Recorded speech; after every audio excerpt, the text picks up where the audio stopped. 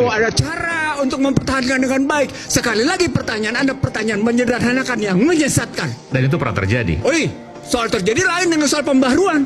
Gak bisa kita lihat ke belakang tanpa memikir pembaharuan. Lagi-lagi soal kecerdasan dan kejernihan hati. Oke, apa yang Anda bayangkan dengan itu? Oh iya, Apa saya yang bisa menahan melakukan.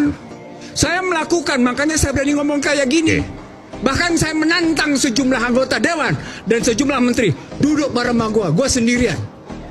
Ulang, gua sendirian. Ayo, mari kita bertarung konsep. Apa yang bisa Anda sampaikan ketika kembali ke Undang-Undang 45, maka Presiden tidak dengan sangat mudah bisa dilengsarkan oleh DPR, Parlemen? Tergantung bagaimana sesungguhnya persyaratan yang kita buat dalam merujuk apa yang disebut dengan pertanggungjawaban pada peran MPR. Itu dibikin susun sedemikian rupa tentang bagaimana kita memperbaiki peranan MPR dan peranan DPR. Oke. Baik, Itu kata kunci. Oke, baik.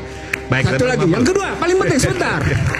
Sepanjang presidennya dalam model pasal 6 ayat 2 yang dihubungkan dengan pasal 4 bahwa dia adalah pemegang kekuasaan tertinggi dalam menjalankan pemerintah, dia cuma menjadi orang kaki tangan oligarki ekonomi. Fakta.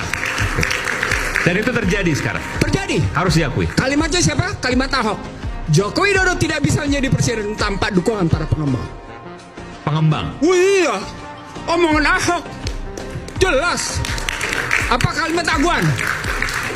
Apa kalimat Aguan? Kami harus menyelamatkan muka presiden. Hei, ayo, ayo kita bilang.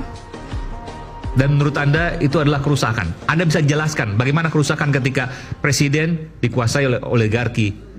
Gampang sekali. Kalimat intelektualnya adalah financialization. Yang kaya makin kaya, yang miskin makin miskin. Gampang. Mau bukti? Mau bukti? Mari kita bukti sekarang. Berapa SBN yang dikeluarkan oleh pemerintah? Siapa yang bayar? Anda termasuk membayar, Aiman. Sementara mereka makin kaya, Anda habis-habisan dimakan pajaknya. Orang-orang miskin ini yang membayar pajak itu untuk orang kaya. Saya tulisin yang kedua. Dan Anda tidak bisa bantah. Karena saya bicara dengan data. Terjadi deindustrialisasi. Akibatnya PHK di mana-mana. Apa kaitannya deindustrialisasi dengan kekuatan oligarki tadi yang mendukung pemerintah? Karena sistem membenarkan bahwa lebih asik main di sektor keuangan daripada berjalan dalam sistem hukum yang tidak punya kepastian.